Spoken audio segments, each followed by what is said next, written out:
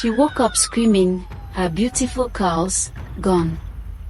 Her stepfather had snuck in at night and shaved her head just to crush her dreams of meeting a prince. But what he didn't know, that girl he tried to break, she showed up at the royal event bold and unstoppable, and by the end of the night, she became the queen. Join me in this beautiful story of Debbie Okoye. Just sit back and enjoy. In the heart of Enugu, Nigeria, where the sun draped the city in a golden embrace, lived Debbie Okoye, a 25-year-old whose beauty was as captivating as the dawn over the Enwo hills. Her ebony skin glowed like polished obsidian under the tropical heat, her almond-shaped eyes sparkled with a quiet resilience, and her tightly coiled curls, cascading past her shoulders in intricate Igbo patterns, were a testament to her heritage. Dressed in vibrant Ankara wrappers, their collars swirling with tales of her people, Debbie moved through Enugu's bustling streets with a grace that hushed the chatter of market women. The air thronged with the clatter of bicycle bells, the rhythmic pounding of fufu in mortars, and the soulful strains of Ojin music wafting from mud brick homes. Debbie's late father, Cain, had been her guiding star, a tailor whose gentle hands stitched love into every garment. His laughter once filled their compound, mingling with the scent of roasting plantain. When Debbie was 16, Cain fell ill, his body wasting like a palm frond in the harmattan.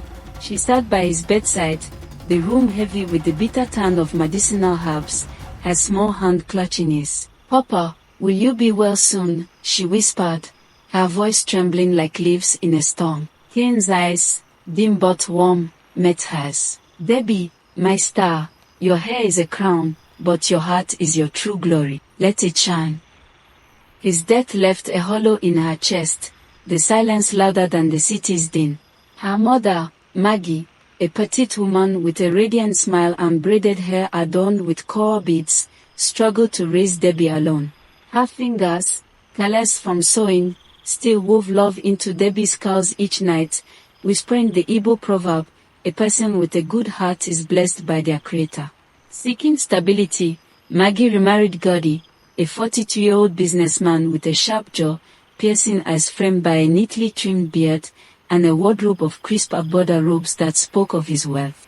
Gordy brought 2 children, Harry, an 18-year-old with a lanky frame, a short afro, and a lazy smirk, who lounged under the Udola tree scrolling through his phone, and Ebony, a 20-year-old with high cheekbones, long braids, and a slender build, her colorful wrappers a stark contrast to her haughty demeanor. Months after the marriage, Maggie fell ill, her strength fading like a star at dawn. Debbie knelt by her bedside, the air thick with camphor, tears streaming. "Mama, don't leave me," she pleaded.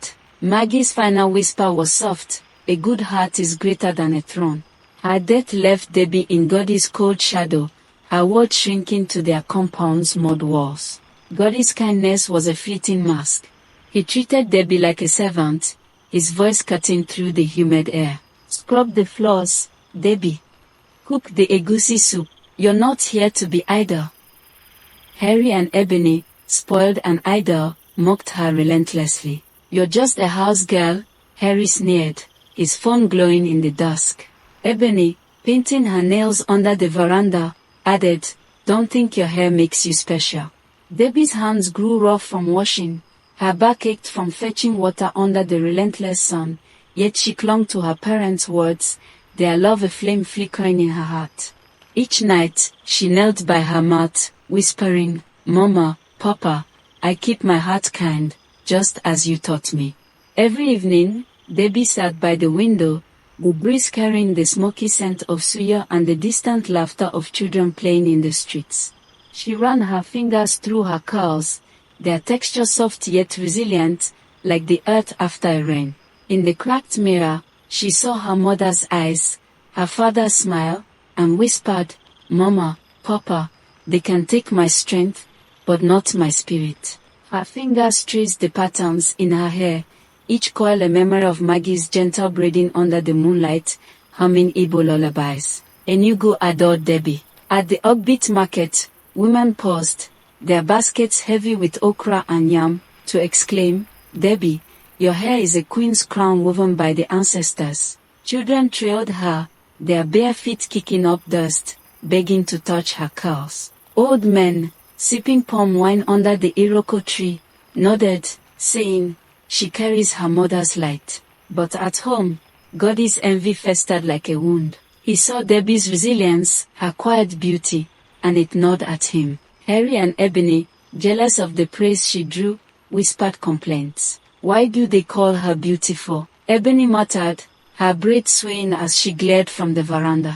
Harry scoffed, "She's nothing but a servant in our father's house." One sweltering afternoon, as Debbie fetched water from the borehole, the sun burning her shoulders, Ebony pointed at her. "Your hair doesn't make you better than us," she spat, her voice sharp as a kola nut's bite. Harry smirked, "You'll always be beneath us."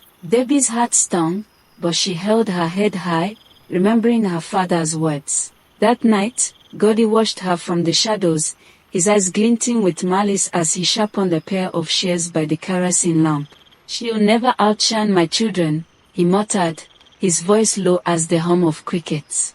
Debbie, unaware, knelt by her mat, clutching a faded photo of her parents, whispering, "I'll make you proud." The stars outside seemed to pause, urging her to hold fast. One humid afternoon, Enugu came alive with the beat of talking drums, their rhythm echoing through the streets like a heartbeat. A town crier, his voice booming like thunder over the Enwo hills, announced, "People of Enugu, Prince Kelechi of Anambra hosts a grand ball at the palace. All eligible maidens must attend, for he seeks a bride." The city buzzed, women weaving palm baskets with renewed vigor, men debating over bottles of palm wine, the air thick with the scent of roasted corn and anticipation. Debbie's heart leaped like a gazelle. She imagined herself in a flowing gown, her curls swaying as she danced under chandeliers, the music of flutes and drums lifting her spirit. She approached Goddy, her voice steady despite her racing pulse. "Papa Goddy, may I attend the ball?" His laughter was a cold blade. "You, a servant at a prince's ball. Know your place, girl." Harry smirked, lounging in his plastic chair. "You belong in the kitchen, Debbie." Ebony, adjusting her beads, added, "A prince would spit at the sight of you." Debbie stood tall, her parents' words her shield. "I deserve to dream, too," she said, her eyes unwavering. Goddy's face darkened, his voice a low growl. "Dream? You have no dress, no worth. Back to your chores." That night, on her thin mat, the cicadas singing outside, Debbie clutched her parents' photo, its edges worn from her touch. "Mama, Papa, I won't let them dim my light," she whispered, tears soaking the straw. The stars above seemed to wink, whispering, "The one who holds their head high is blessed." Debbie drifted to sleep, dreaming of swirling gowns and a prince's kind eyes, unaware of the storm brewing in Goddy's heart. The day before the ball, Debbie walked under the blazing sun, washing clothes by the stream, the air heavy with the scent of wet earth and hibiscus. Her hands moved rhythmically, scrubbing stains from Harry's shirts, her mind alight with thoughts of the ball. Goddy's orders were relentless, his voice a whip. "Clean the pots again, Debbie, don't be lazy." Her fingers blistered, her back ached, but she hummed an Igbo tune, her heart warm with hope. She pictured herself dancing, her curls bouncing, the crowd marveling at her grace. That night, under a silver moon, Debbie collapsed onto her mat, her curls fanned out like a crown. The compound was quiet, save for the soft chirping of crickets. She didn't hear Goddy's stealthy steps or the glint of shears in his hand. Driven by envy, he lifted her curls, each coil a reminder of her light, and cut. Snip, snip, snip. The sound was a violation, a theft of her mother's legacy. Her hair fell in clumps, her scalp bare under the moonlight. Goddy smirked, his voice a venomous whisper. "Let's see the prince choose a bold crow now." He slipped away, leaving the shears glinting on the floor. Morning broke, and Debbie awoke, her hand reaching for her hair. A scream tore from her throat, raw and piercing, echoing through the compound. She touched her bald head, her fingers trembling, and saw her curls scattered like fallen leaves across the dirt floor. "Why, Papa Goddy? Why?" she sobbed, collapsing beside them, her tears mixing with the dust. Her hair, her mother's gift, was gone. Goddy stood at the door, his eyes cold as stone. "You thought you could outshine my children. Go to your ball now, bald and broken." Debbie's heart shattered, each sob a wound. But her parents' voices rose within her. "Your heart is your true glory." She wiped her tears, her resolve hardening like clay in the sun. She wrapped her head in a faded blue headscarf, its simplicity a quiet rebellion, and ran through Enugu's streets, the dust clinging to her feet. She knocked on her friend Amora's door, her voice breaking. "Amora, please, I need you." Amora, a 24-year-old with a warm smile, braided hair adorned with cowrie shells, and a petite frame draped in a yellow wrapper, opened her door to find Debbie trembling, her eyes red with tears. "Debbie, what's wrong?" she gasped, pulling her into the small room, fragrant with shea butter and burning incense. Debbie's voice broke as she recounted Goddy's cruelty, her hands clutching the scarf. Amora's eyes blazed with anger, but her touch was gentle as she hugged Debbie. "Your hair was beautiful, but your spirit is unbreakable. Come, we'll make you shine brighter than ever." Amora's room was a heaven, its walls adorned with woven mats and faded photos of her own family. She unveiled an emerald green gown, its gold embroidery glinting like fireflies. "I sewed this for you," she said, her voice soft as a lullaby. "You're going to that ball, Debbie." She handed her a headscarf woven with silver threads, its Igbo patterns a symbol of resilience, each stitch a story of survival. "Wear this as your crown. Let Enugu see your strength." Debbie dressed, the gown hugging her curves like a second skin, the scarf framing her face like a halo. In the mirror, she saw not loss, but defiance. Her parents' proverb echoed, "The one who holds their head high is blessed." She touched the scarf, its texture cool and reassuring. "Thank you, Amora," she whispered, her eyes bright with renewed hope. Amora squeezed her hand.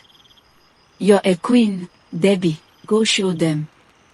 As they stepped into the evening, the air alive with the scent of jasmine and the hum of Enugu's nightlife, Debbie felt her spirit rise, ready to face the world. The palace glowed under the night sky, its halls pulsing with high-life music, the rhythm of drums and flutes weaving through the air. Women in vibrant wrappers and men in embroidered agbada filled the space, their laughter mingling with the clink of glasses and the scent of jollof rice. Debbie stepped inside, her heart pounding like the Ojin, the silver-threaded scarf a bold statement of her resilience. Whispers followed her. "Who is she?" A woman in a coral girly murmured, her eyes wide. "She carries herself like royalty," an elder said, his voice thick with awe. Prince Kolechi, 28, stood across the room, his tall frame clad in a white kaftan, his bronze skin glowing under the chandeliers. His short, neatly trimmed hair framed a face both strong and gentle, his eyes sharp yet kind. He noticed Debbie immediately, drawn to the quiet dignity in her posture, the way her scarf gleamed like a crown.